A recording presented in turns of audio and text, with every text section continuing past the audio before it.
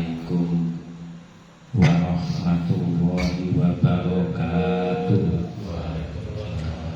Bismillahirrahmanirrahim. Alhamdulillahilladzi huwal ahad al-wahidu somadul yahdil rosyad alladzi lam yalid wa lam yulad wa lam yakul lahu kufuwan ahad. Allahumma ya aliyyu ya azim sholli ala sayyidina Muhammadin bil qadril azim wa ala alihi wa sahbihi wa barik wa salim wahdina wa bina siratal mustaqim amma ba'du. Hadratul mukarramin, para alim ulama, para bapak hadirin yang kami muliakan, wabil khusus kepada Bapak Kiai Haji Heru Sujiarto yang kami muliakan dan kami taati, dan tak lupa pula kepada Ketua Penyelenggara Wahidiyah di tingkat kelurahan, yaitu Bapak Wahyudi yang kami muliakan, Sohibul Bait Bapak Uji sekeluarga yang berbahagia, dan penata acara yang kami taati. Pertama-tama kami memanjatkan puja puji syukur kehadirat Allah Subhanahu wa Ta'ala, yang mana pada malam hari ini kita dikaruniai taufik hidayah oleh Allah, bisa bertemu dalam rangka acara mujahadah isbu'iyah yang kita lakukan di setiap seminggu sekali, dengan keadaan sehat jasmani dan sehat rohani. Sanjungan sholawat salam barokah yang setepat-tepatnya kepada junjungan kita baginda Nabi besar Muhammad Sallallahu Alaihi Wasallam, dan tundanya kami menghaturkan salam ikroman wa takdiman wa mahabbatan kepada para abadillah, para sultan aulia min awalihim ila akhirihim, khususon hadratul ghosi ada zaman wa a'wanihi wa sari awliya'illah radiyallahu anhum. Semoga apa yang kami sebut di atas tadi, khususnya beliau baginda Nabi besar Muhammad sallallahu alaihi wasallam, mencurahkan sahabat tarbiyahnya kepada kita sekalian, sehingga pada malam hari ini kita benar-benar mendapat ridho dari Allah Subhanahu wa Ta'ala dan membuahkan manfaat masalah fid-dini wad dunya wal akhirah. Amin ya rabbal alamin. Para bapak hadirin yang kami muliakan, marilah di dalam kesempatan ini kita berusaha untuk mengoreksi sedalam-dalamnya terhadap diri kita masing-masing, khususnya diri saya sendiri. Karena hidup di dunia adalah ujian, maka dari itu kita harus kuat di dalam menghadapi ujian. Supaya kita diberi kekuatan oleh Allah untuk menghadapi ujian, maka kita harus kenal kepada yang menguji. Oleh karena itu, marilah di dalam kesempatan ini kita untuk mengenal jati diri. Karena man arafa nafsa faqad arafa rabba. Barang siapa yang mengenal jati dirinya, pasti dia akan mengenal kepada Tuhannya. Oleh karena itu, mari di dalam kesempatan ini kita berusaha untuk mengenal jati diri. Siapakah manusia itu? Sebagaimana di dalam Al-Quran surat Al-A'raf ayat 11 dikatakan, walaqad khalaqnakum tsumma sawwarnakum tsumma qulna lil malaikati isjudu li adama fasajadu illa iblis lam yakum minas sajidin. Sesungguhnya kami menciptakan kamu Adam, lalu kami bentuk tubuhmu, kemudian kami katakan kepada para malaikat, bersujudlah kamu kepada Adam. Maka mereka pun bersujud, kecuali iblis yang termasuk tidak mau bersujud. Kata kunci dari kutipan ayat di atas berarti manusia adalah makhluk yang diciptakan. Pada hakikatnya ciptaan itu tidak ada. Sebagaimana di dalam Al-Quran surat Az-Zumar ayat 30 dikatakan, innaka mayitun wa innahum mayituna. Sesungguhnya kamu akan mati dan sesungguhnya mereka akan mati pula. Maka manusia diciptakan bukan tanpa alasan. Tentulah Allah mempunyai tujuan. Di dalam Al-Quran surat Ad-Dariyat ayat 56 dikatakan, wa ma khalaqtul jinna wal insa illa liya'budun.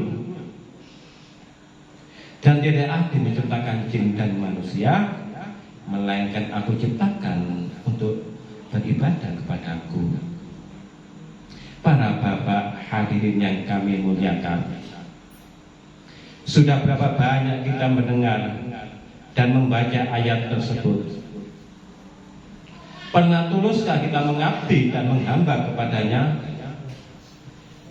Apakah kita sudah kenal kepada Dia? Semudah itukah kita mengabdi kepadanya? Mungkinkah yang tidak ada bisa mengenal yang ada? Jawabnya mustahil para hadirin. Bagaimana mungkin kita bisa menyembah dengan benar selagi kita tidak tahu kepada siapa yang Dia sembah?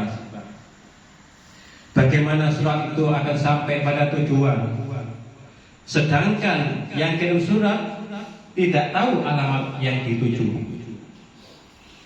Bagaimana mungkin kita bisa mengenal yang ada, yaitu Allah, sedangkan hati kita untuk mengenal Dia masih dikuasai oleh ciptaan, termasuk diri kita. Sebagaimana di dalam Al-Quran surat Al-A'raf ayat 172 dikatakan, wa in ahada rabbuka min bani adam min duhurihim dzurriyyatahum wa ashhadahum ala anfusihim alastu birabbikum qalu bala syahidna an taqulu yaumal qiyamati inna kunna an hadza ghafilin.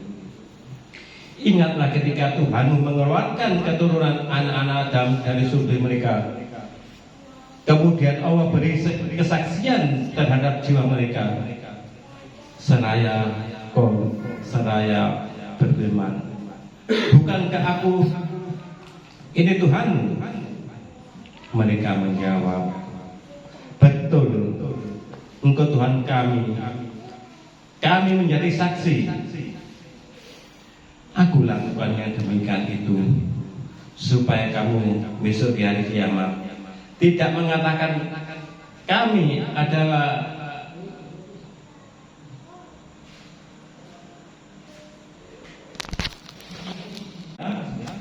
melainkan aku ciptakan untuk ibadah kepadaku.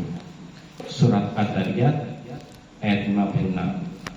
Sedangkan alasan yang kedua, yaitu wa ma umiru illa liya'budullaha mukhlishina lahuddin hunafa'a wa yuqimus sholata wa yutuz zakata wa dzalika dinul qayyimah. Dan tidaklah aku menyuruh kecuali aku menyuruh beribadah untuk memurnikan ketaatan kepadanya dengan menjalankan agama yang lurus dan dengan mendirikan sholat, menunaikan zakat, dan yang demikian itulah agama yang lurus. Para bapak hadirin yang kami muliakan, lalu makrifat sendiri itu apa? Makrifat hiya ilmul alim alladzi yakunu bimujabihi wa muqtada. Makrifat ialah ilmu seseorang yang diterapkan sesuai tuntunan ilmu tersebut. Bisa kita analogikan gula manis. Kita tahu kalau gula itu manis, tetapi apabila kalau kita sudah merasakan sendiri, Begitu pula ma'rifat kepada Allah Subhanahu wa Ta'ala. Bibir mengucapkan Allahu Akbar, hati merasa kecil, merasa rendah dan gemetar. Sebagaimana di dalam Al-Quran surat Al-Anfal ayat 2 dikatakan, Innamal mu'minuna alladzina idza dzukirallahu wajilat qulubuhum wa idza tuliyat alaihim ayatuhu zadathum imanan wa ala rabbihim yatawakkalun. Dan sesungguhnya orang yang beriman ialah bila disebut nama Allah, gemetarlah hati mereka. Dan apabila dibacakan ayat-ayatnya, bertambahlah iman mereka. Karena dia termasuk orang-orang yang bertawakal kepada Allah. Para bapak hadirin yang kami muliakan, tetapi tidak semudah itu kita ma'rifat kepada Allah Subhanahu wa Ta'ala. Sebagaimana di dalam Al-Quran surat Al-Ankabut ayat 2 dikatakan, ahasiban nasu ayyutraku ayyakulu amana wa hum la yuftanun. Apakah manusia itu mengira bahwa mereka dibiarkan saja, sedangkan mengatakan kami telah beriman, sedang tidak diuji? Maka kita harus melewati ujian-ujian tersebut. Sedangkan yang kita hadapi ujian adalah dunia. Sebagaimana di dalam Al-Quran surat Muhammad ayat 36 dikatakan, innamal hayatad dunya laibun wa lahun wa in tu'minu wa tattaqu yu'tikum ujurakum wa la yasakum amwalakum. Sesungguhnya kehidupan dunia adalah permainan dan senda gurau. Dan apabila kamu beriman dan bertakwa kepada Allah, maka Allah akan memberi pahala kepadamu. Dan dia tidak akan meminta harta-hartamu. Dunia memang tempat ujian. Banyak orang yang tergelincir hanya karena dunia. Sudah banyak sejarah kelam yang telah tercatat di dalam buku hitam bertitakan darah.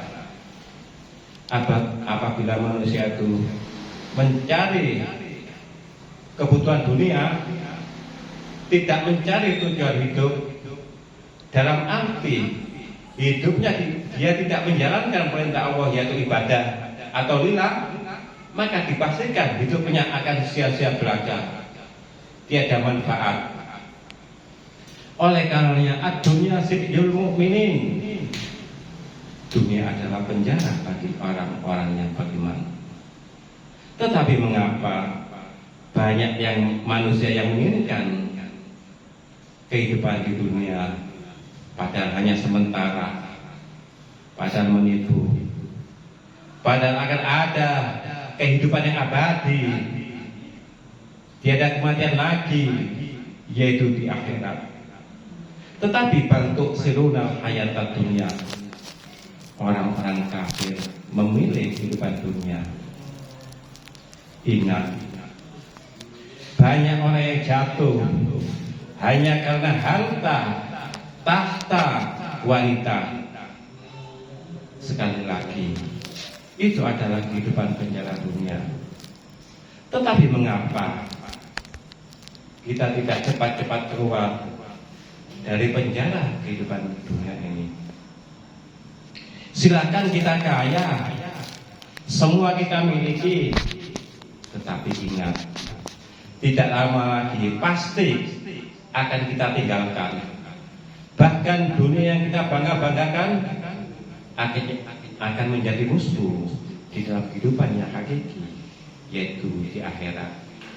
Maka kuasai dunia, tetapi ingat, untuk kita jadikan bekal ibadah kepada Allah Subhanahu wa Ta'ala. Para bapak hadirin yang kami muliakan, oleh karena itu marilah kita di dalam kesempatan ini kita harus kuat di dalam menghadapi ujian-ujian. yang penuh penderitaan, penuh dengan bermacam-macam ujian, maka jalan yang paling tepat untuk menghadapi ujian-ujian, maka kita harus makrifat kepada Allah Subhanahu wa Ta'ala. Oleh karena itu, para bapak hadirin yang kami muliakan, marilah di dalam kesempatan ini kita untuk memohon kepada Allah Subhanahu wa Ta'ala, memohon syafaat kepada beliau Rasulullah SAW, memohon jangkungan doa restu kepada beliau Ghaziyatul Zaman wa a'wani wa sari awliyaillah radhiyallahu ta'ala. Mudah-mudahan kita diberi kekuatan oleh Allah di dalam menghadapi ujian-ujian, terutama di situasi sekarang ini. Banyak sekali ujian-ujian yang kita hadapi. Maka oleh karena itu, mari kita dengan sungguh-sungguh kita bersihkan hati kita, sehingga kita bisa usul sadar makrifat kepada Allah Subhanahu wa Ta'ala, dan sadar fafiru ilallah wa rasulih sallallahu alaihi wasallam. Al-Fatihah.